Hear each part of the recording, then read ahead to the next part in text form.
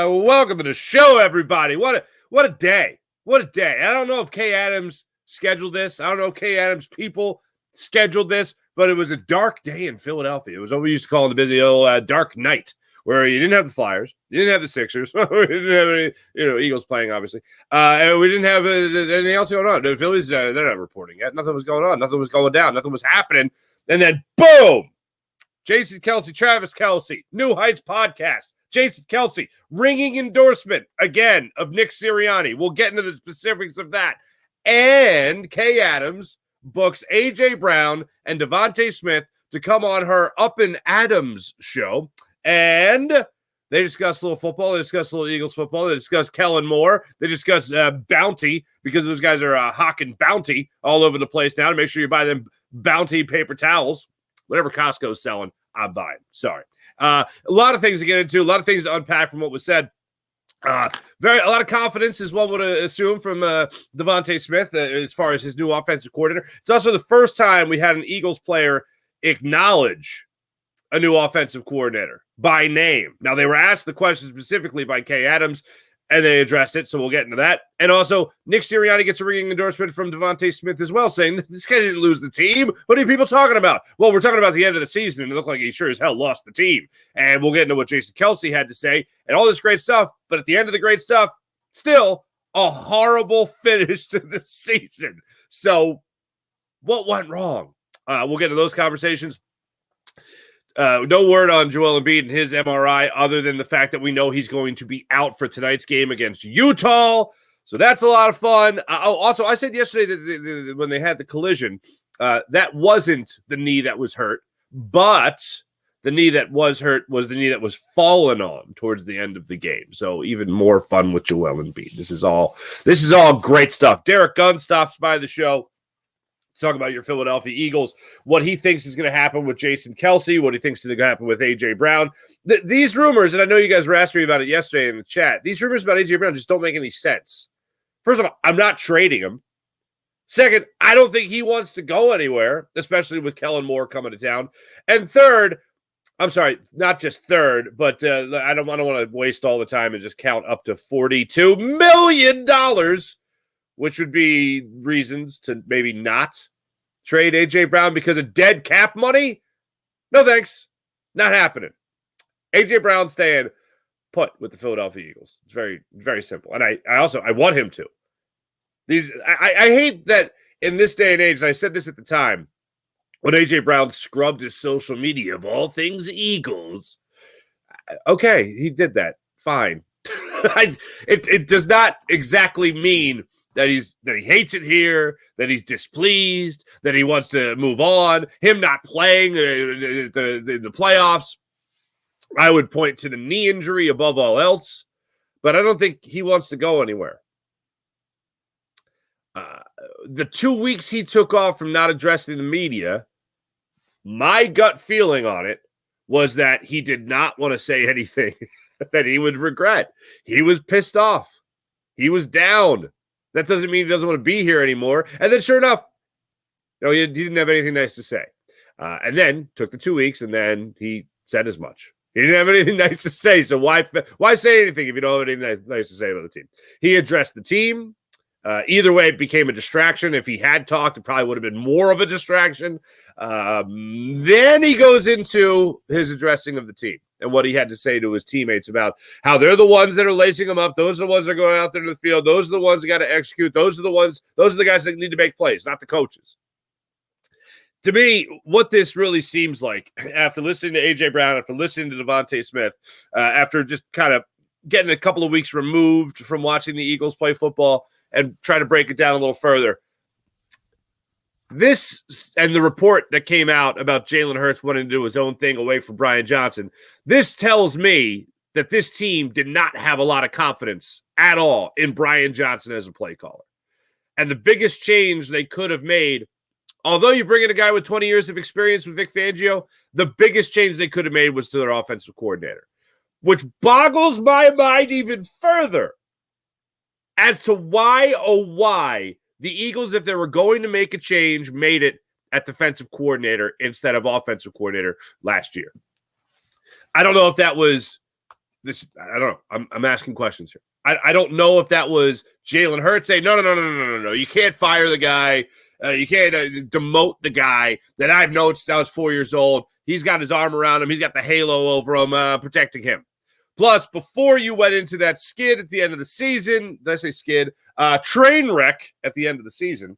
Before you went into that, you did have the third highest scoring offense in the NFL. You did have an offense that was scoring 1/10 of a point more than you were in the previous season where you only went to the Super Bowl.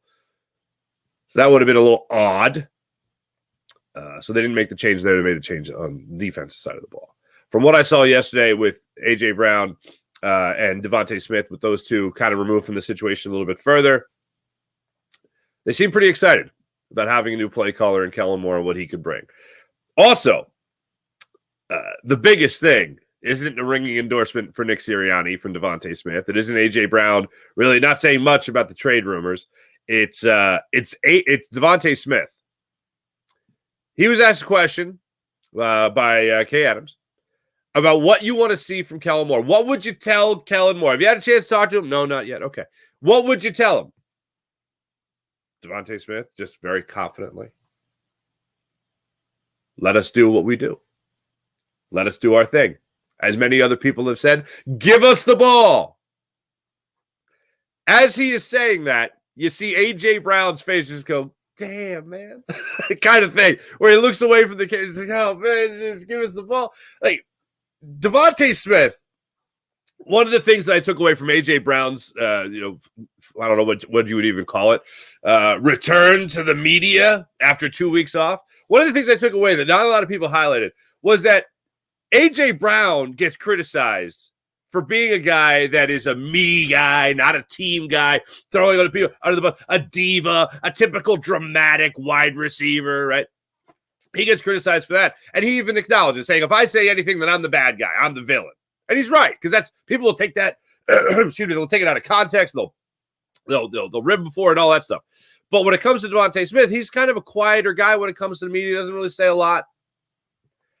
But A.J. Brown, during that press conference, said, Devontae Smith's the guy that will say something. He's the guy that will open his mouth more than anything. Nobody talks about that. So sure enough, they asked him the question yesterday about, hey, well, what about Kellen Moore? Just give us the ball. And A.J. Brown's like, dude, if I say that, I'm the villain here. For some reason, Devontae Smith is just this like young, charming fella. But me, I get vilified. But hey, you want your receivers to think that. You want your receivers to think that they got the next play. You need a big play? You come to me. You come to Smitty. You come to A.J. Brown. You come to us, and we'll make the play for you. But that's what they said. You want that kind of confidence, just like you want A.J. Brown saying, it's on us. You don't want, do you really want a wide receiver to go, it's over there, the coaches, it's their fault. Do you really want that to happen? No. You want them to say, give me the ball, we'll make the play. If we don't, it's our fault. It's nobody else's fault. Like, does anybody else, I don't hear anyone in the workplace ever go, I really love that guy that blames everybody else. No, that doesn't really. I love that one guy that has no accountability. I love the one guy that doesn't really make anybody, criticize him. That's fine. That's great. No, nobody likes that guy. Nobody appreciates that guy. That's why I appreciate A.J. Brown and what he had to say. That's also why I appreciate Devontae Smith being honest. Somebody else today also said, and I'll play for you how A.J. Brown addressed the rumors, because I know it's on a lot of people's minds here. How A.J. Brown addressed the rumors of this team that say he's going to be traded. I don't want to trade A.J. Brown. I don't really feel it'll be cost effective. I also don't think that would be good for football. I don't think that would make the Eagles a better football team. So I don't want to trade A.J. Brown. Here is Kay Adams asking him the question of the rumors circulating on social media about trading A.J. Brown. Why is this happening? Here's the question. Here's the answer. Because it's everywhere. Why does Twitter have this wild idea that you're getting traded? I don't know. Maybe they know something I don't know. I mean, have you heard anything about this? Is this like a media thing? Like, where is it's everywhere? I'm sure you've seen it. You know, I kind of been through this before. I'm a vet. So I remain quiet, and if something happens, I'll be waiting by the phone, and not, then I'll be right here. I'm getting all sorts of messages on YouTube. Why would they trade him? They wouldn't trade him. That's so messed up. Media this, media that, because it's Twitter. Are you happy where you are? And I think people are pointing to this because they saw you scrubbed your Instagram. Yeah, that had nothing to do with football, or that's me just trying to grow as a person. Just trying to block out any negativity that I can, as you see, as one of the reasons why. So but yeah. I want to block out any negativity. Opens the door to negativity.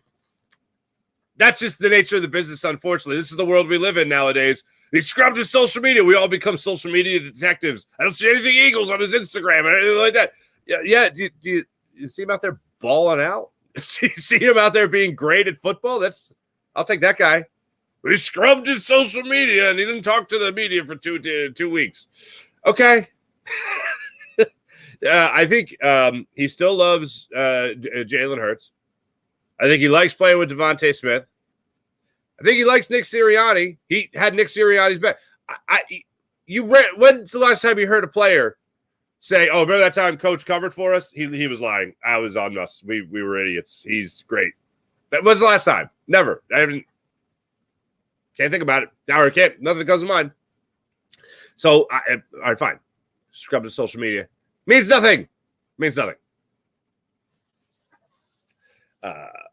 Yesterday, like I said, was a pretty busy day for the Eagles, despite nothing going on with the Eagles when it came to playing. A.J. Brown does the hit with Devontae Smith, and then New Heights podcast drops with Jason Kelce. Jason Kelce, if you remember Fletcher Cox, if you remember Jason Kelce, you remember others in the locker room talking about Nick Sirianni on clean-out day, the loudest endorsement was from Jason Kelce. Somehow yesterday, he made it louder. He made it bolder. He put Nick Sirianni amongst the best coaches he's ever been with, amongst the best coaches he's ever seen. This is what he said yesterday.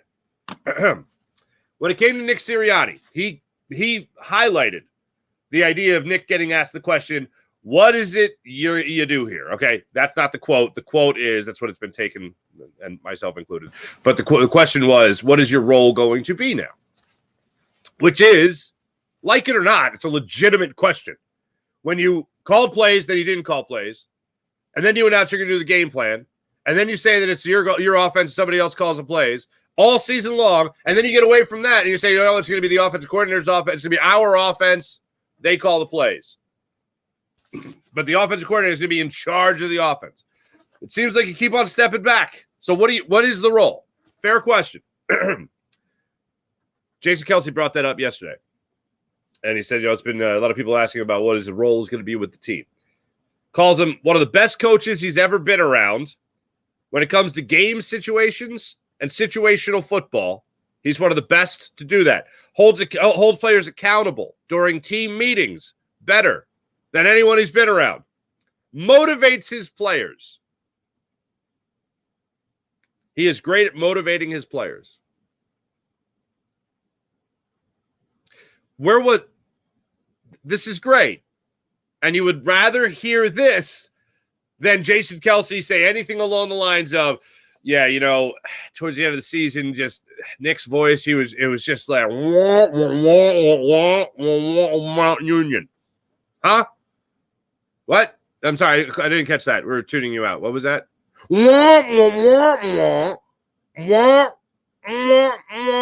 Shotgun deep ball. What? Tight end screen. Like what? That you don't want to hear him do that. You want to hear him say he's a great coach. And that's what Jason Kelce had to say.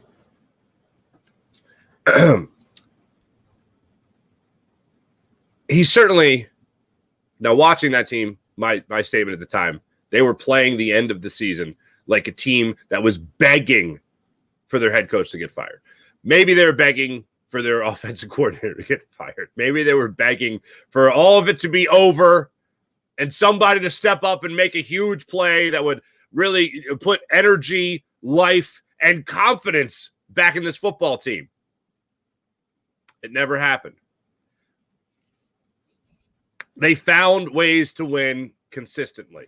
As I said at the time, and I say now, that's a cute little storyline to have for 3 or 4 games, not at the time 10.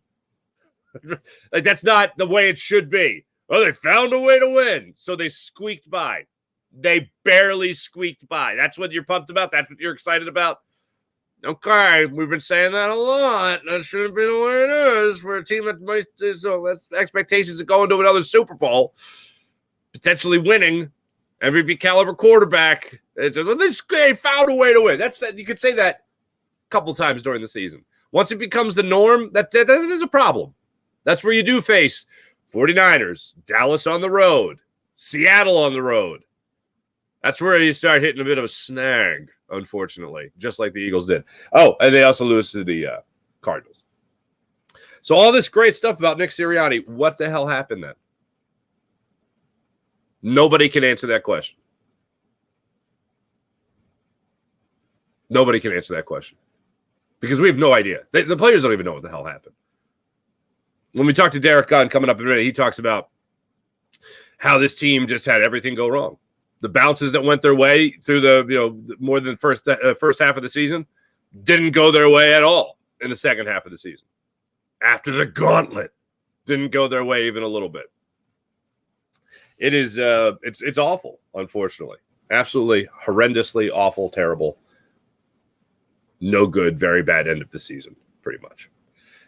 When it comes to what's wrong with this football team and how the Eagles are going about trying to fix it, the way they've tried to fix it is very intriguing. You got the original, get the cover band, as I've said many times, in terms of Vic Fangio's defense, and you bring in a very experienced play caller. Somebody responded to the show the other day. I think it was on Twitter. Somebody said, how do you look at this team and see what they did and have more confidence in Nick Sirianni? This should be this isn't a. I was like, I'm sorry. Do you think I'm giving compliments to Nick Sirianni when it comes to the experience they've hired around him? Because that's not a compliment. That's we're going to make it a lot easier for you to do less, is what that is. And the biggest problem I have with the way this season ended is you talk about motivation as Jason Kelce. That team did not look anything close to motivated at the end of the season. And this isn't 3 games. This is the thing that is so minor. Like, this isn't some short breakdown that happened where it's like, well, they lost 3 in a row or 2 in a row. They lost 2 games in the season with things to play for, things on the line at the end of the year. They did not look like a motivated team. They looked like a team that was going through the motions. They looked like a team that just couldn't wait for the season to be over. All right, hopefully we can just coast for the final 4 or 5 games. Oh, good Lord. We just get through this and get into the playoffs. Dallas Goedert even said after we clinched the playoffs, it was just like, kick your feet up, everybody. We just need to make the playoffs, and that's that. And then you draw the best possible team to draw in the first round, albeit on the road, and you lose. You score 9 points. So you're talking about motivation. You're talking about accountability. Talking about game situations. If Nick Sirianni is having someone else call plays and he's doing the game plan, and the thing that he's really supposed to be great at is motivating, accountability, and all the core values on stuff, then where the hell was that at the end of the year? That's the thing that if you were on board with, like, as I was, of like, all right, we need to move on from Nick Sirianni. I totally get it. Because at the end of the year, it showed a total breakdown of all the things that apparently Nick Sirianni does extremely well. By Jason Kelce's standard, by Jason Kelce's lips yesterday, all the things he does great, and all the things that we knew he was supposed to do great. When we got into the whole conversation about what is it you say you do here, and we got into the conversation about how Nick Sirianni is a guy that is not going to be calling plays. And then, all right, fine, you don't have to call plays. Plenty of people don't call plays anymore. Plenty of people are that CEO type of head coach in the NFL. Fine. Then what about the other things? What about motivating? What about game plan? What about accountability? What about your players wanting to play for you? All right, well, if your players would play for you that bad and you're holding them that accountable, then why are we talking about players-only meetings at the end of the season?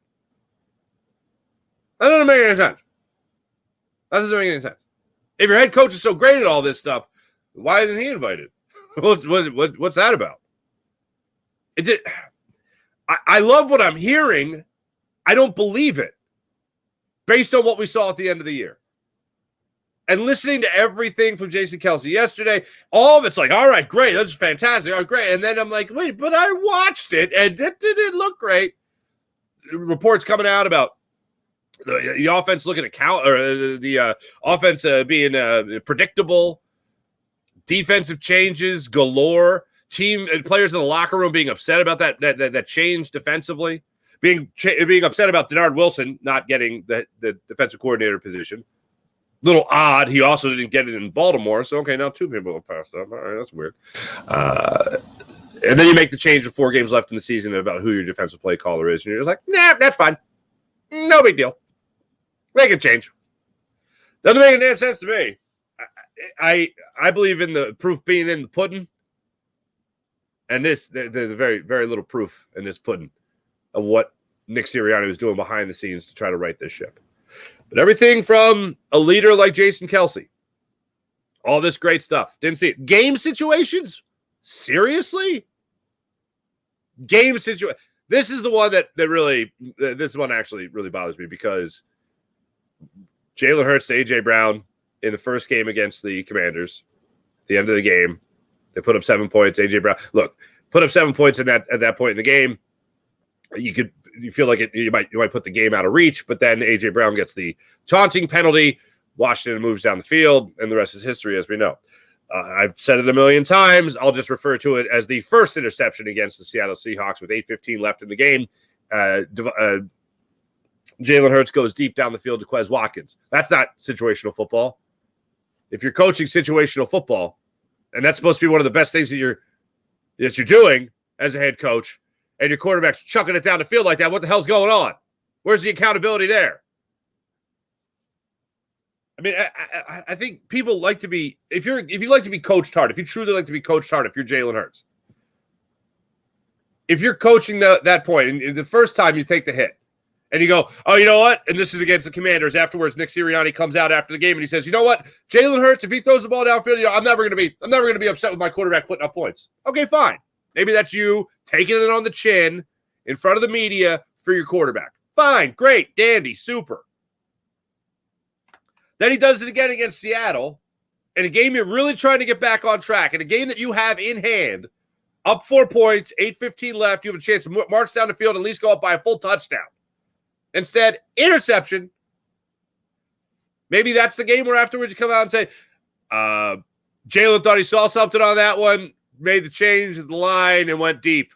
We would like to hold on to the ball a little bit longer in that possession, especially on a first down. Cover for him once, cover for him again. That's not accountable. Hey, look, at this point, I don't care what's going on behind the scenes. Nothing grabs somebody else's attention more than embarrassing the hell out of them. And that might be the thing. Hey, Jalen, maybe you want to pull focus here. Best of game situations. Jason Kelce said it yesterday. I didn't see that this year either.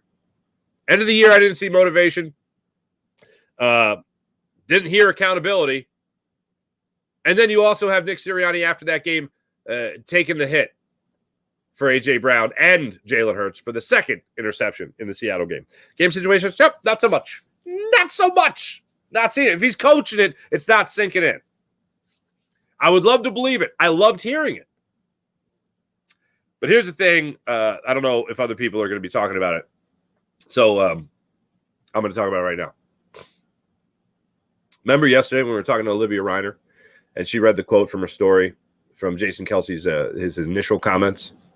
So I showed you the cut and the quote about how he doesn't know what next year looks like. Jason Kelce doesn't know what next year looks like. If he's going to be with the Eagle, in what capacity, what role is he going to be with the team? He doesn't want to be on the outside looking in. Well, before he said that, he talked about how determined he is to come back, how he wants to play, how the new coordinators kind of have his attention. Oh, this is interesting, you know. And he gave a quote. It didn't make it sound like a guy that wanted to retire. Didn't sound like a guy that wanted to step aside and say, "All right, everybody else have at it." Well, here's what I think is going unnoticed from Jason Kelce's huge support of Nick Sirianni yesterday. It's 2 letters. And they spell out we. W-E. We. We. We. Every time he talked about the team, he said we. And every time he talked about the future, he said we. Very much in the mindset of he's still playing, which is great. He's not. Now, some people say, well, of course. I mean, there are ex-players that get in the broadcast booth and they say we all the time about their former team. Yeah, sure, there is. But not like this. When he's talking about next year, what we need to do, he's not talking generally, well, what needs to happen, or they need to, or this team. He's saying what we need to do. He is in the mindset still of he is playing. That's what it told me yesterday. That's one of the things that really jumped out. I'm hearing all this great stuff about Nick Sirianni, but then I'm like, well, everything he's saying is we. And he's talking about the future. He's not saying like, well, this year what we did was this and blah, blah, blah. He's like, well, next year with this. Next year. Go on, Jason. Keep talking, baby. I keep on getting more and more down the line to what this team needs to do. Or what Jason Kelce needs to do that he's going to play. I teetering a little bit. But when you listen to him, he just doesn't sound like a guy that's, well, I'm done. The closest thing was that he entertained the idea of staying around football without being a player. We'll talk to Derrick Gunn about that coming up in a second. Some Sixers news. Yesterday, Joel Embiid was supposed to have an MRI with the results of an MRI. But here's what we know. He's not playing tonight against the Utah Jazz. I saw it. It finally seems like it's becoming more of a mainstream thought. This guy shouldn't be playing. Like, I know a lot of people look at Joel Embiid and they're like, oh, he needs to play. He needs to play. And no, he doesn't. Oh, what about 65 games for the MVP? Don't care. There's no way on God's green earth he should have been playing in the game last night. Is it because Mike Malone said stuff? Oh, I'm sure the NBA will investigate. Here's a little conspiracy theory that I have. Based on nothing, just a little conspiracy theory I was thinking about yesterday with the dark recesses in my mind, right? The NBA, they get involved in this again? You better, we heard what Malone said. Adam Silver about to get that extension inked. Did he have a conversation? Oh, the people are complaining again. He better play against the Golden State Warriors.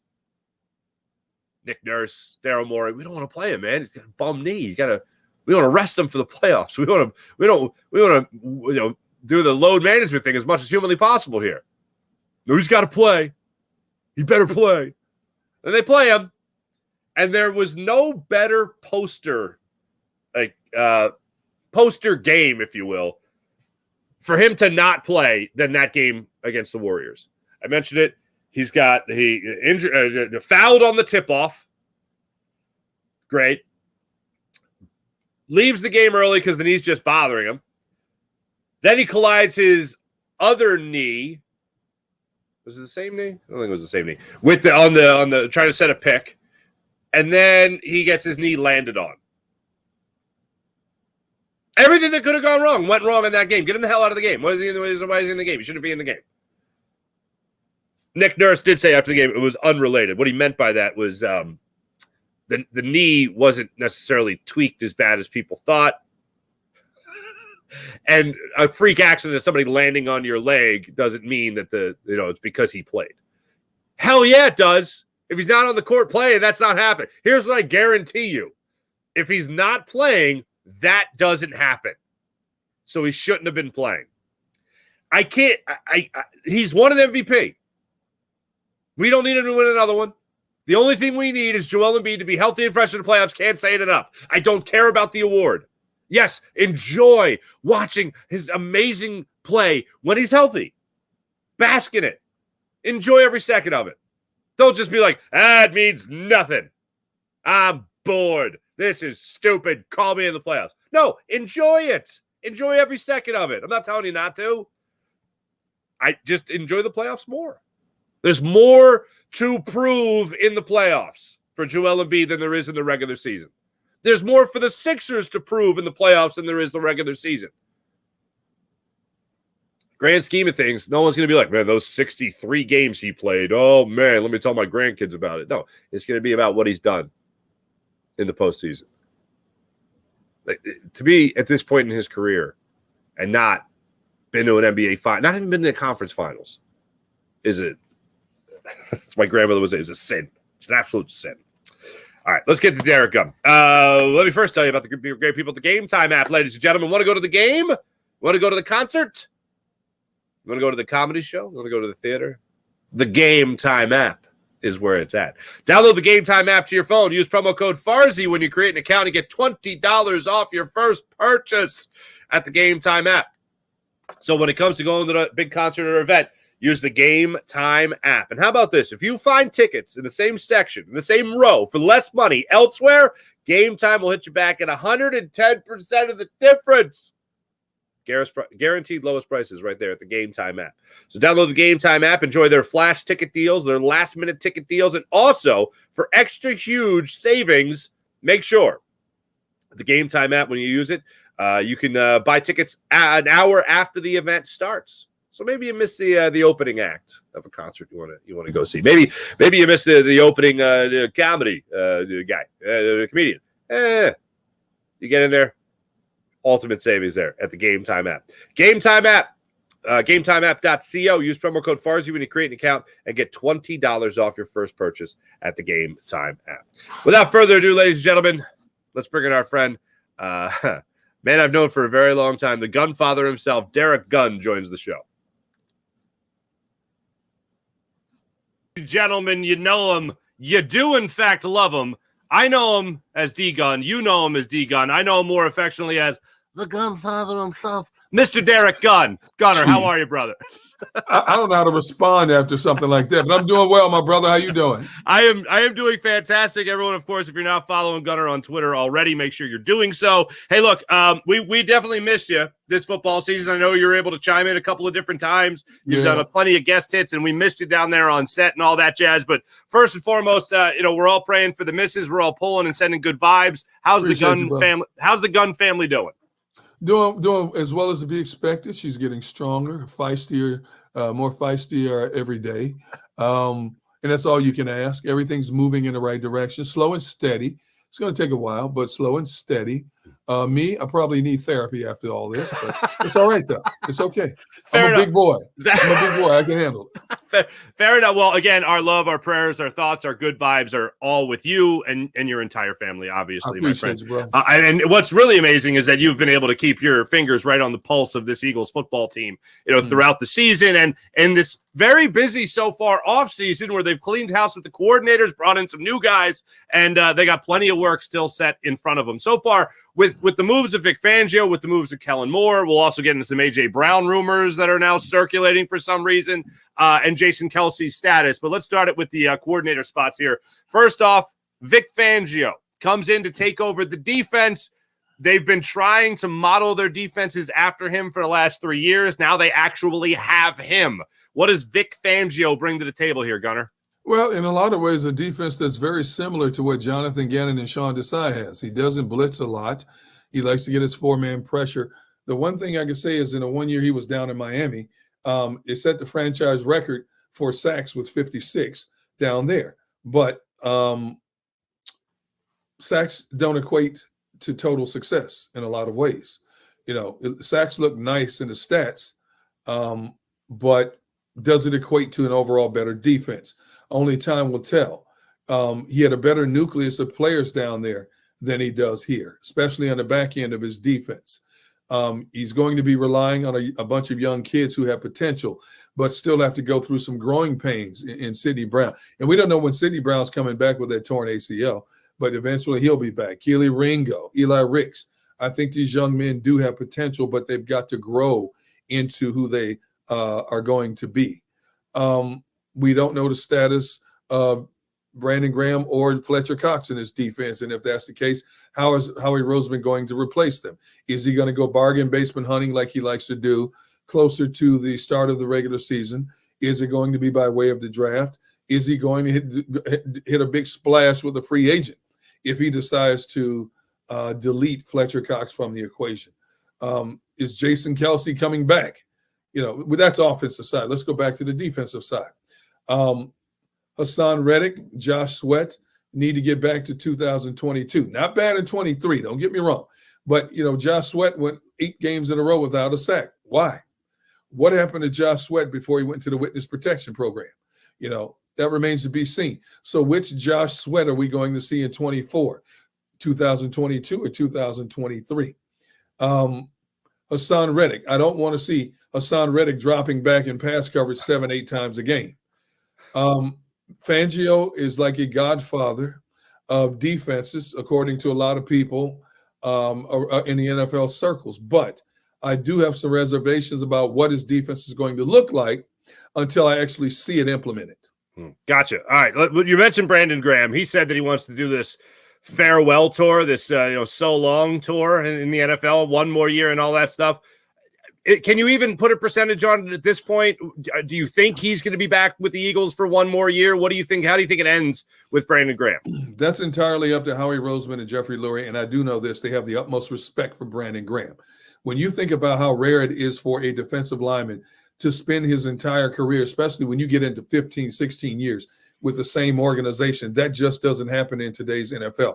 So that should tell you how much they respect him, not just as a football player, but as a locker room guy, as a stand-up community guy, always out there when they need him. There's a lot of value with Brandon Graham in terms of community man / football player. Brandon Graham doesn't care about the money.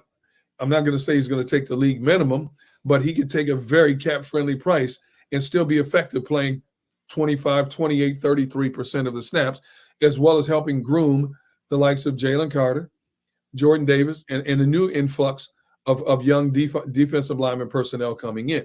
So it's just that they have to come to a meeting of the minds in terms of, does Brandon Graham fit Vic Fangio's defense? Gotcha. Offensive side of the football. They have gone 20 years of experience as a defensive coordinator on the defensive side of the ball, 5 years of being an offensive coordinator and a play caller now on the offensive side of the ball here for Kellen Moore. What did you make of that? I assume soon to be announced hire. What's going on there? Kellen Moore is a good option when you stack him up against other options out there. The one thing we have to wait and see is Kellen Moore's offense is known for being a pass-first offense. Jeffrey Lurie, Howie Roseman want a more balanced offense. They want to run the football as well as throw the football. So it's a little strange. Wait, I'm sorry. Run the football. That's the first time I've ever heard. Okay, hold on. That is not the first time you've heard that. That is the first time that I have not heard about this balance. All we have heard Howie Roseman step to a podium and tell us himself he wants a balanced offense. Howie with Jeffrey? Jeffrey's the guy who wants to throw the ball all the time, apparently. No. We're seeing the light. We're seeing the light. No. All right, sorry to cut you off, but let me just ask this real quick, and then we'll get back to it. But Kellen Moore, no announcement yet. No announcement. I'm not surprised. It's going to happen when it's supposed to happen. All right. There's no hurry. It's January. But as far as you know, he's the guy. As far as I know, yes, he is the ball. He is the guy. Okay. So there's no hurry unless there's some snag in the overall contract negotiations that'll just shock us if it comes out that way. Fair enough. I cannot see him not coming here. Okay. They both like each other. He does have an exciting type offense. I just want to see if he balances it out or if he wants to throw the ball 75% of the time as he's done in Dallas and with the Chargers. All right, so you get a little bit more balance with Jeffrey and Howie in this offense, and hopefully, even that out a little bit there. Other than that, how do you think he fits in here with the offensive weapons already in place? I think he has a better collection of offensive weapons than he had with the Chargers. A.J. Brown, Devontae Smith, Dallas Goedert, That's a trio. That's a trio right there. That doesn't have to take a back seat to any other trio in the National Football League. You look at the numbers the two wide receivers put up again for the second year in a row. How is he going to utilize their skill set in a revamped, retooled Nick Sirianni offense? That remains to be seen. You just don't bring in a Kellen Moore and say, run my offense. You bring in someone who has his own creative ideas in terms of how to enhance an offense. So I think it's going to be a meeting of the minds. It's going to be some Nick Sirianni. It's going to be some Kellen Moore, and somewhere in the middle, it'll mesh and make sense. Plus, they're going to add some other weapons. Are those weapons coming by way of free agency or the draft? Again, we don't know yet what they're thinking, but they do need to add some other weapons. They need a slot receiver. They need just another young, fresh pair of legs who can flat out go, like a Zay Flowers with Baltimore, somebody like that. We'll see where they put the premium this year. Even if Jason Kelce retires, they still have enough personnel on the offensive side of the board to do a lot of damage in the National Football League. With what they have intact, even without Jason Kelce, they should easily be able to rack up 25, 28 points a game. I'll take that. Absolutely. Let's talk about that Jason Kelce character there for a second. He's retiring. He's not retiring. He's leaning towards retiring. He's kind of leaning towards staying. And then on the latest edition of the New Heights podcast is really talking like a guy that wants to compete with this team. Told the Inquirer he wants to compete. Just not sure what capacity that's going to be in. From what you know of Jason Kelce, what do you think he is leaning towards? What does your gut tell you with Jason Kelce? He's got one more year left in him, or is he hanging it up? When you look at his body language this offseason, he's in Kansas City. He's hanging out with Taylor Swift. He's running down the aisles in Buffalo, high-fiving people with no shirt on, drinking beer. And the funny thing is, everybody in Buffalo knew who he was when he sprinted down the steps and went back up. He was in Baltimore. So he is having fun making a tour. Now that he knows the likes of a Kellen Moore is coming in, it may pique his interest to see one more time what it would be like in a Kellen Moore offense. He got through the season unscathed. I mean, you got the little aches and pains and the little bumps and bruises, and it takes a few months for the body and the mind to truly heal. But, Kellen Moore's presence may excite him enough to come back. Only Jason Kelce knows that right now. He doesn't need the money. Obviously, he's got his ring. Yeah. He's going to be a Hall of Famer. Whether it's the first ballot, second ballot, he's going to be a Hall of Famer. He's got everything you want, and he's making money off the New Heights podcast. What more could you ask? Yeah. I know how much he wants to be more with his family, and the fact that he's going down to the Pro Bowl, he's going to go down to the Pro Bowl. And what did he say? Hey, at least I get to take my kids to Disney. See, this is a man who's probably enjoying the off season, unlike any other time he's enjoyed the off season in previous so-called retirement rumors. Mm-hmm. So I think he's on that fence, to be honest with you. I think one day he says, man, this is great. I can do what I want to do. But I still think the competitive juice is there. He's going to have a new offensive coordinator who's respected around the league. And I'm sure a part of him says, man, I got to try this at least one more year. Then if it doesn't work, I'll be 36, 37 years old. I can get the heck out of the game. If he's not playing, but with the team in some capacity, is he a scout? Is he just a very general assistant to the general manager? Is he swoop? Is he selling concessions is he selling beer around the stadium? What is Jason Kelce doing for the Eagles if he's not playing for them next year? I can see Jason Kelce doing all the above, selling concessions. I can see him on the sideline holding clipboards. I could also see him being like an assistant to Jeff Stoutland. And as we know, the Eagles are very good about bringing guys back into the organization. Connor Barwin, players like that. Sure. They bring them back into their organization. Brent Selleck, so on and so forth. They will find a fit. If he decides he doesn't want to play, they will find him a fit to be an ambassador to the organization. If he decides he wants to coach, they will make room for him to be a coach. Whatever Jason Kelce wants to be. I mean, you think about this. 3 or 4 years in a row, he's mentioned the word retirement, or it's leaked out there about the possibility of retirement. Every year, Howie Roseman gives him $13, $14 million to come back. What does that tell you? Mm-hmm. They don't give him the bargain basement price, the league minimum. Hey, take this $8 million. They're giving him $14 million to come back. Okay. I would imagine they give him at least 10 if he decides to come back again this year. Fair enough. Jason Kelce lives in a world many of us can only envy. He's got money, he's got fame, he's got a ring, and he's got endless decisions. He may become a media mogul. Who knows? He could be on WIP 97.5. Who knows? Yeah. Who knows where he may end up? He doesn't have that gun on one money. You know what I'm saying? He's still looking for that scratch. No, that gun on one money, that's just above food stamp level. Just above food stamp level. Hey, were you surprised? It's just generally speaking, real quick. There's on Nick Sirianni, him coming back as a head coach. Surprised, or did you expect him to stay on board as the head coach? No, all these people talking about fire Nick Sirianni, Fair enough. No, the man's been in the playoffs every year. He's been a head coach in the National Football League. How many coaches can say that? Okay. Even though it bottomed out this year, he still got the team to the playoffs. All right. I get it. Maybe I shouldn't have said I still stick with it. Anyway, so Jason Kelce, to go back to him on that New Heights podcast, labeled Nick Sirianni as such, one of the best coaches I've ever been around when it comes to game situations, coaching up those situations, holding players accountable in team meetings, does that better than almost anybody who's been around, and motivating his players. Mm-hmm. I assume that's what he's going to do now if he's not in charge of the offense, and obviously not in charge of the defense. I assume that's what he's doing now, and also where the hell was that at the end of the year? I'm sure it was still there. It just didn't work. Okay. When you think about how they got to 10-1 mark, I mean, let's be honest here. Yes, of course. Yeah, they could have very easily been 7-11 this season, or excuse me, 6-11 this season. Yeah, there was a lot of luck on their side the first 11 games, and then all of a sudden, Lady Luck closed the door on them, and you saw the other side. The ball that bounced with them, those first 11 games, bounced against them extremely the last 6 games of the season. That's how football can be sometimes. It's not like the players quit on him. You know, people talking about players quit on. Players didn't quit on him. You look at the multitudes of injuries they had, especially on the back end of that defense. The numbers finally caught up to him. Teams schemed them better. Even teams like Arizona and the Giants schemed them better and beat them at their own game. All right. Whose decision was it to make the switch from Desai to Matt Patricia? Collective front office decision.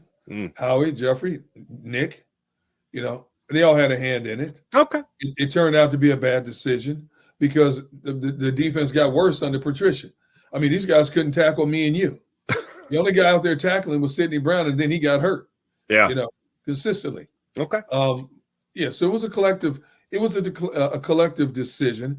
I guarantee you, the people that paid Nick Sirianni had their voice heard, and he had to make the final decision. Mm-hmm. But that's why I thought it was so odd when you announced that you were bringing in not just Desai, but bringing in Patricia as an assistant. That told me then they weren't 100% sure that Desai could handle the job. Yeah, they always like having that in case of emergency break glass. They always love having that person right there on the staff, waiting in the wings, so to speak. When it comes to Derrick Gunn, A.J. Brown, there's these piping hot rumors there about the Eagles apparently really want to take what could be estimated to be $42 million in a cap hit, a dead cap money there, if they trade A.J. Brown. Is A.J. Brown getting traded? Are the Eagles trying to trade him? Does he want to get traded? What the hell's going on there? A.J., he doesn't want to get traded, but it's a business decision. Here's the one thing we have to factor in. Devontae is going to be up for a contract. You know, like how he likes to identify. How he loves to identify players before their contracts are up and get them at a fair market value. Okay. Yeah. Are you producing? You're producing over there? What's going on here? Wait, my computer's going nuts here. You throwing elbows? Were you throwing elbows at your keyboard again? Hold on, Mark. Siri took over. Just took over my computer. It happens whenever, you know what, when I say the last name of the Eagles head coach every once in a while. But I hate technology. Hold on. You're regretting saying yes to going live right now. Okay, what did you say? We got to back this thing up a little bit. I was talking about that Nick Sirianni character. I think the thing I was asking. Oh, A.J. Brown. What I was asking you about was A.J. Brown. Do you think A.J. Brown's actually getting traded? As I said, Devonta Smith is going to get paid, whether it's this year or next year. Now, I'm sure the Eagles would like to hold him off until next year, but Devontae, look at the numbers he's put up. His numbers improved every year. He's the best route runner on the team. You know, skinny Batman is tough as nails, okay? I don't see the Eagles letting him go.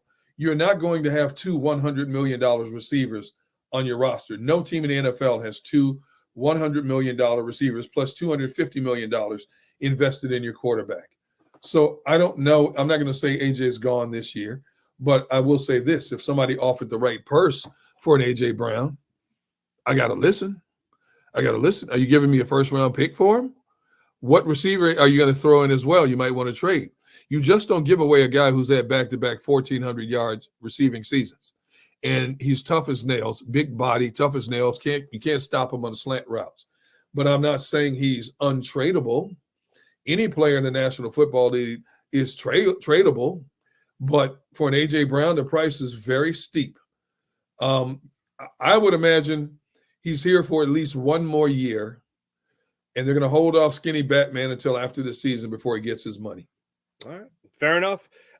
Derrick Gunn, always a pleasure catching up with you, my friend. Really is, and I appreciate all your insight. I'm sure we'll talk to you throughout the offseason.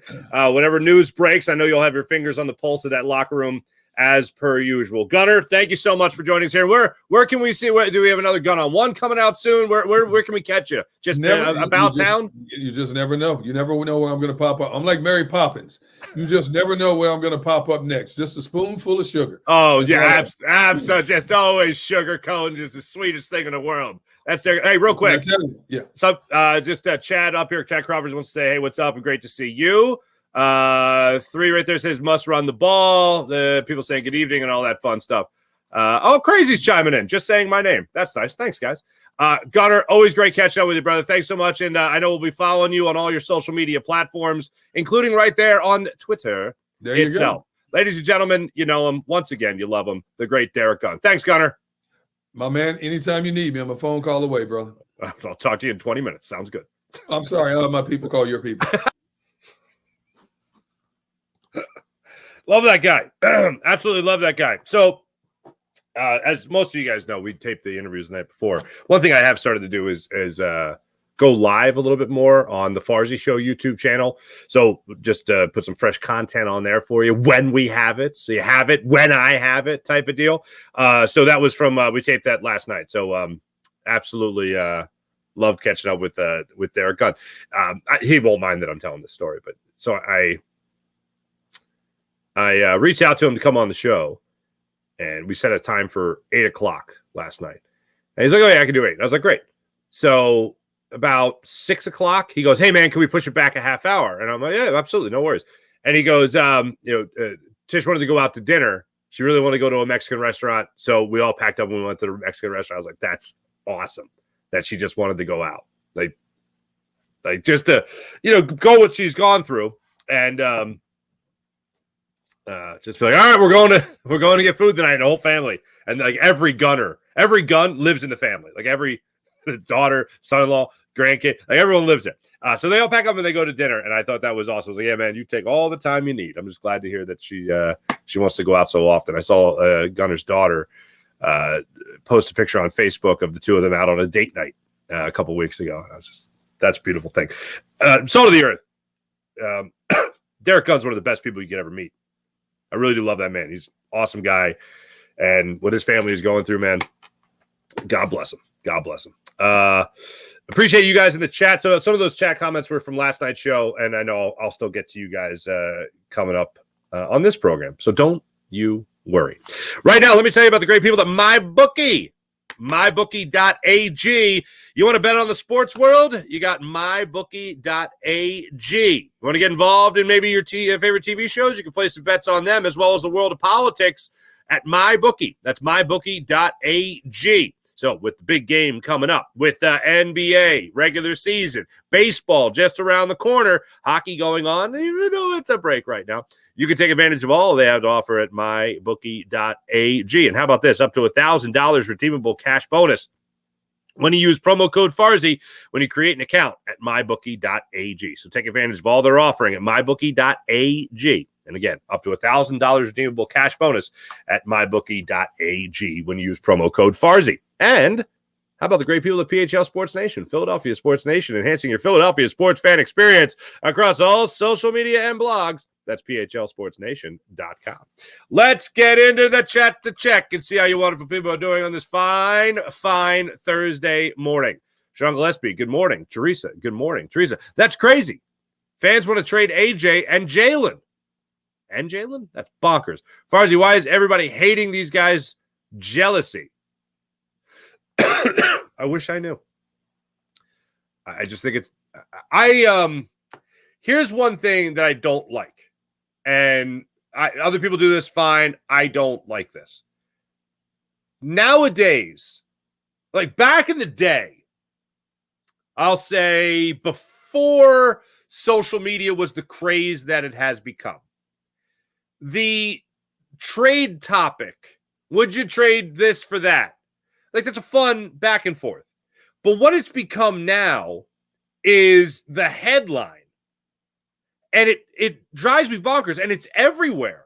And I don't know what, but mostly I see it in the NBA, where the headline will be Sixers land this 5-time All-Star in this trade proposal. And it's like, proposal is the last word. So right away, it's like, oh, whoa, the Sixers made a trade? Oh, my goodness. And then you keep reading, it's like, proposal. Son of a... They already got my click. Bastards. You know what I mean? So, like, that is clickbait. That is the definition of clickbait.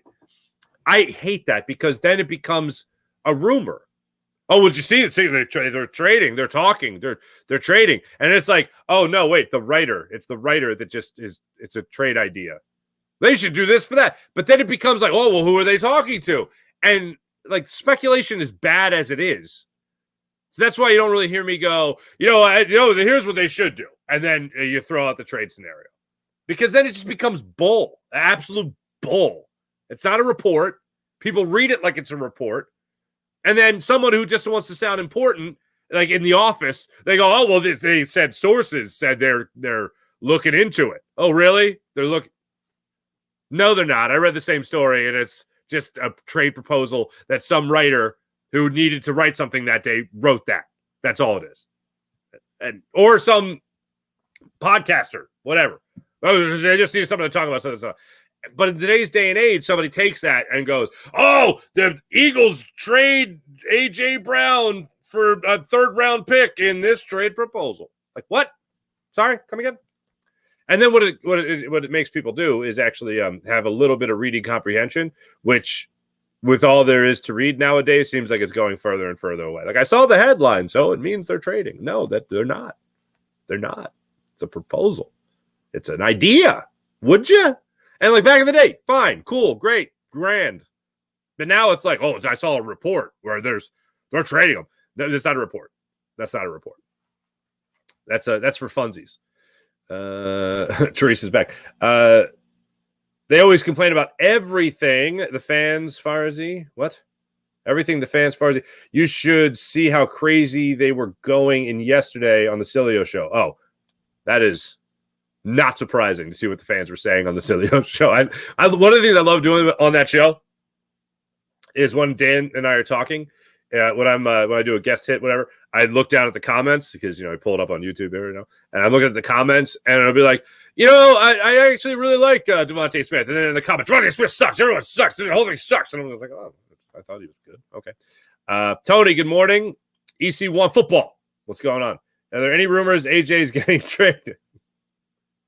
I don't know, just things piping around. April! Good morning, April. I did tell Lil Toots that you went to Disney World. And I said, hey, sweetheart, April, who you say hi to on the show? She is going to Disney World, and she's going to tell that Ursula, okay, to you back off. That's what she was going to say to Ursula. And Lil Toots, God bless her, she didn't break a stride. She was drinking her apple juice. She didn't remove her mouth from her apple juice, and she just went. So, April, this thumbs up is for you. To the people on the podcast, I just gave a thumbs up to the camera. So there you go. That's Lil Toots. And we appreciate it, April, because Lil Toots slept in her bed last night, all through the night. So you did something right. Tony, what's going on? Let's talk about the draft. Who should he take it? I have no idea. At this point, Let me get past the Super Bowl, and then I'll start really. I don't want to just throw out a name. But let me get to that. See, that's someone that doesn't want to get you on clickbait. Teresa, what's going on? That's right. AJ blocked the negativity. See, here's the thing, though. He's going to get negativity either way. That's the only thing I took exception to when he said, I want to block out the negativity. If you make a conscious effort to scrub the Eagles from social media, that's not a good look. I want to block out the negativity. That invites more negativity. Just like not talking for 2 weeks. I didn't want to be a distraction. It's still a distraction because now it's even more of a distraction because now we're making up what you're going to say. You basically have not even it's more than 24 hour. I'm trying to think of the first lock. I think Wednesday usually is the first locker room session. It's assuming a Sunday game. I think Wednesday you can get into the locker room maybe. Sometimes a little earlier, depending on the week, maybe Tuesday, depending how the week shakes out. I understand not talking right after a game. If you're cautious and you want to be extra cautious about what you could say or what would be said, take the day. But the minute you start going weeks without talking to the media, oh, baby, we're going to start with the conjecture. We're going to start with the speculating. We're going to start assuming. We're going to start speaking for you, introducing other things. Why isn't he talking? Why isn't he talking? So it becomes even more of a distraction and sometimes worse. Now, if he's going to talk right after the game and he's pissed off and he says, yeah, these coaches don't know what the hell they're doing. I know we got to execute, but we need to be – coaches say all the time we got to be put in a better position to make a play, and we're never put in that better position. If he would have said that, light a match, baby. But he didn't say that. Instead, he didn't say anything for more than 2 weeks. And the speculation ran wild all over the place. So scrub the social media to eliminate distraction or negativity. You still create negativity. Don't talk to the media because you don't want to say anything negative, and it'll be assumed that you want to say something negative. I'm if there was anything I was right about this season, it was that A.J. Brown's got nothing nice to say, so he wants to say nothing. And that's exactly what he said in his locker. I got nothing nice to say. And then he went on to say a bunch of nice stuff. Nick Sirianni's great. We were bad. Coaches are fine. We need to do better. All that type jazz. You know what I'm saying?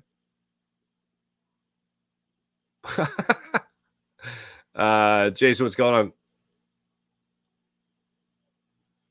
Chris Braswell needs a break. All right. Sweat needs a break. All right. There we go. Go get him. Not opposed to it. Think Tank. Good morning, Think Tank. Is that Russell Westbrook? I believe it is. Kirkland paper towels over Bounty paper towels. T-Bro, thank you. I concur. I have been converted. I did a show maybe 2 years ago, maybe a year ago. I don't know. Where I told you guys I had never been to Costco, and now I've been to Costco a ton. My wife grew up in a Costco family. And I did not grow up in a Costco family. We were a Sam's Club member for like 3 months. And then my mom was like, we wasted a lot of that food. We're never going there again. So we didn't go. But now I go to Costco. Now we're a Costco family. I own a freezer. Okay. And we stock that thing. So yeah, I am now Costco through and through, baby. Tom Moore, the great Tom Moore, writer extraordinaire, columnist Tom Moore, told me that the batteries were the best deal you could get. I think that's correct. The kids' snacks, pretty solid. The goldfish, the pirate booty, the Pringles snack packs. And also, if you like a making a sauce, like I'm making a sauce, making a gravy, right? If you do that, like I like to do that, right? Costco is great, man. Just buy those crates. Fantastic. Farzi, what do you think of the Philadelphia flag color themed Phillies jerseys? Not a fan. They look cool. But I think they're too much of a ripoff of the Philadelphia Union. Like, if you wouldn't have told me what they were, and if you didn't see it, allegedly the Phillies City Connect jerseys got leaked on eBay, and then they've since picked up steam. Looking at them isolated, not knowing what they are, knowing that the Phillies jerseys, but just going, oh, those look cool. But being that I know they're Philadelphia, when I first saw them, in all honesty, my first reaction when I saw them come up my timeline, it was, did the Union get new jerseys? What's going on here? Or kits? Did the Union get new kits? And that's what I saw. And I went, nope. When I found out that they were Phillies jerseys, that just seems too much like the Philadelphia Union. No thanks. Teresa, let's be honest. The team was playing bad at the beginning, too, till the end. I agree. Sean Kilrain, T-Bro, you mean the beer league jerseys? They do look like beer. If they were just beer league jerseys, I'd be like, those are sweet. But being that they're professional sports teams, no thanks. No thanks. Eagles Collective, what's going on? I think the team just ran out of gas after the Cowboys game. They didn't look too energized for the San Francisco game either. And guys, I broke down the numbers. I broke it down for you. The Eagles could have very well been a 6-11 team. Could have been a 7-10 team. Now I know shoulda, coulda, woulda, but like we're talking about Reed Blankenship's forearm guiding Terry McLaurin out of bounds on that drive against the Commanders. Martez Valdez-Scantling dropping the ball in the end zone. And then the Eagles would have had to march down the field against, only one of the best defenses in the NFL. That's what we're talking about.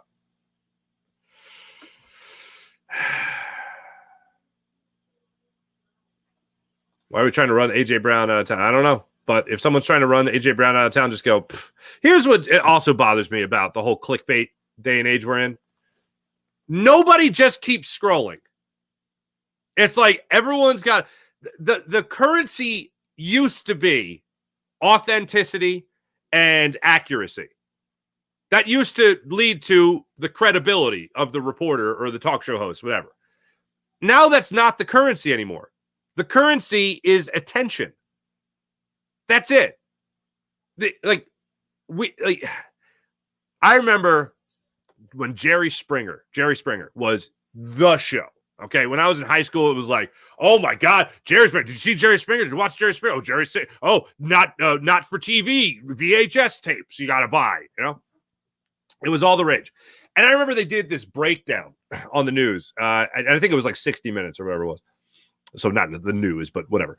And they did this, the breakdown of the Jerry Springer show. And what a psychologist broke it down to was a car accident. He goes, if you drive by a car accident, people stop and stare. It doesn't benefit them in any way. They just want to see it. They just go by and see what happened. Jerry Springer is the TV version of the car accident. And that drives me bonkers because there's nothing good there. It's just, oh, look at that. And that's what a lot of the media has become. Stop and look at the accident. We don't just ignore it and let traffic keep on going and keep on flowing. And yeah, how many times have you driven that? Oh, it's traffic. Was there an accident up there? Yeah, but it's on the other side of the highway. People are like, oh, no. Nothing drives. I lay my horn on, man. I have no tolerance for that. And in this world we live in now, all that matters is that you click on it. It doesn't have to be right. It doesn't have to be accurate. It doesn't even have to be good. It just has to be a catchy headline. Oh, click. They got you. The currency nowadays is attention, and that drives me crazy. So yeah, people trying to drive AJ out of town, just keep scrolling. That's stupid. Round 2. Want to cook in round 2? Let's cook in round 2. Who did I miss? Jason A, what's good? What's good with you? People are nuts wanting to trade AJ. People are all in on Jeremiah Trotter's son. Make it happen. Oh, Jason, hope you hit it long and straight there, buddy. Soul Vein, what's up? We should have made some calls to stop the blitz in Tampa. You should have had some calls during the week. There was no talk about coaching. There was no more there was no more mind-numbing thing than watching Wink Martindale blitz the crap out of you. And then a week and a day later, the extra day, you do nothing, knowing you're going to face a very similar scheme defense when it comes to blitzing. Nothing. No changes. Top wide receiver, outgoing personality, and speaks their mind will always be labeled as a diva. When in AJ's case, he just wants to win. Sean, thank you. Couldn't agree with you more, Sean Gillespie. Teresa, Kelce isn't done. Love it. Jason, AJ is not a diva, man. Look at the other dudes in the league. like Diggs or Chase Debo. Those guys are divas. Let's see. Ooh, this one's on Embiid. What's up, Sean? Embiid listening to the naysayers instead of listening to his body. I guess. I hope. I hope to God that he's not listening to naysayers at this point in his career. If he was listening to the naysayers, just winning the playoffs. And that's the thing that I really liked. After his 70-point game, he said, all this, doesn't matter. You got to win in the playoffs. And I'm like, thank you. That's what I'll dine on forever. Jesus M. Kellen Moore, horrible signing. Maybe. Babs. What's up, Babs? Hi, D Gun. You rock. I'll pass that along to Gunner. Let's see here. It's popping. Dev, is Nolan Smith more an outside linebacker and not a pure edge? I'm leaning towards outside linebacker. Interesting question. I am a little terrified on the Nolan Smith thing here. I know we were all focused on Jalen Carter and the Eagles getting Jalen Carter. It's like, oh, Jalen Carter and Nolan Smith in the same. That's pretty amazing. Nolan Smith was wildly disappointing this year. Wildly disappointing. And I am terrified about his health. Terrified. When you come out after your first game and you're like, yeah, the shoulder, sometimes it works, sometimes it doesn't. What? Come again? To me, that is like Nakobe Dean dropping to the third round. It sounds like that's what should have happened to Nolan Smith. With him talking about his shoulder, like, I'm sorry, what was that? Come again? Sometimes it works, sometimes it doesn't. How old are you? Are you 41? What's going on here? Are you a rookie? So that is crazy. K. Raleigh, yeah, maybe he's not ready. Maybe he's not healthy. Hit the like. Oh, yeah, smash the like button, guys. Thank you, Teresa. I always feel so nerdy when I say, hey, smash the like button. Make sure you tell them to hit the like button. Like me. What else is happening here? Nothing. What is happening? No, wait a minute. Oh, yeah, she was at Disney. I saw that picture. We missed seeing Kylie Kelce at Wawa, closest to Disney yesterday. We were like 20 minutes before her. There are Phillies players down here too. If I see any of them, any of the above, I will flip out. Oh, I saw the picture of the Phillies being down there. They were right there. Were they in front of Cinderella's castle or the Epcot thing, the golf ball, whatever that is? That's awesome, though, April. Enjoy.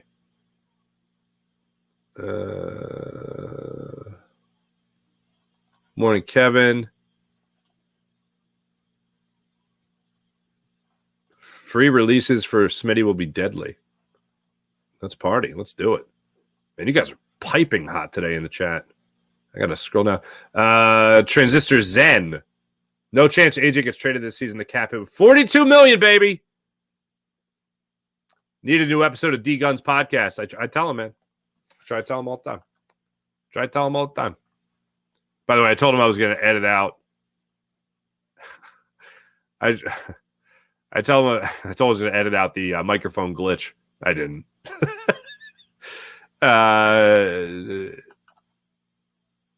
If divas could score a touchdown, what's the problem? Some people in the fan base are much worse. That's funny. Maverick 1, Disney is woke. I love that word. It's a word that no one can define. I asked somebody recently, what's the word woke mean? They're like, I'm like, no, I don't. I'm really curious because a lot of times people describe it. I'm like, that just sounds like being nice. Embiid scared to face. Oh, here we go. Admiral Embiid scared to face Joker in Denver. Real talk. No, he's not. He cooks one-on-one against Joker. He's not afraid of Joker. I hate that narrative, Admiral. Can't wait to see Dallas Goedert have a better season. I hope he does. I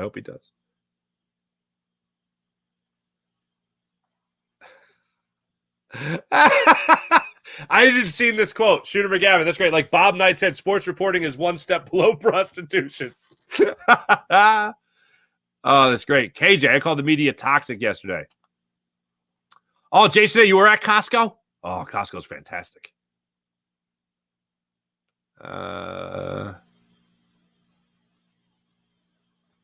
Let's see here.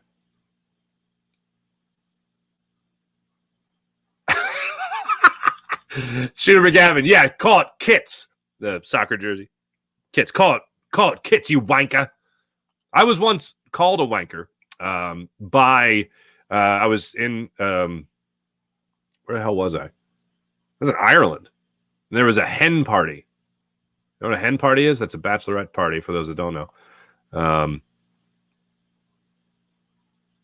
And I made some comment. It was gentlemanly. It was nice. I was a tourist, as one would assume. And they were taking, it was what do you call it? It was one of them scavenger hunts that some bachelorette parties will do. And it was just like, yeah, take a picture with an American. Shouldn't be that difficult. And I guess I stuck out. And I said hi. And they're like, oh no, that's right. They said you're American, whatever. And then they said, get in here, you wanker. I'm like, what? Does that mean something? I don't know what that means. I had to Google it. Turns out it's not a compliment. It's not a compliment. Anyway. Brits and Irish have the best insults. That they do. Thanks, everybody in the chat. You guys are wonderful, as per usual. Much appreciated. My thanks to Derrick Gunn for joining the show. Always a pleasure talking to my man Gunner.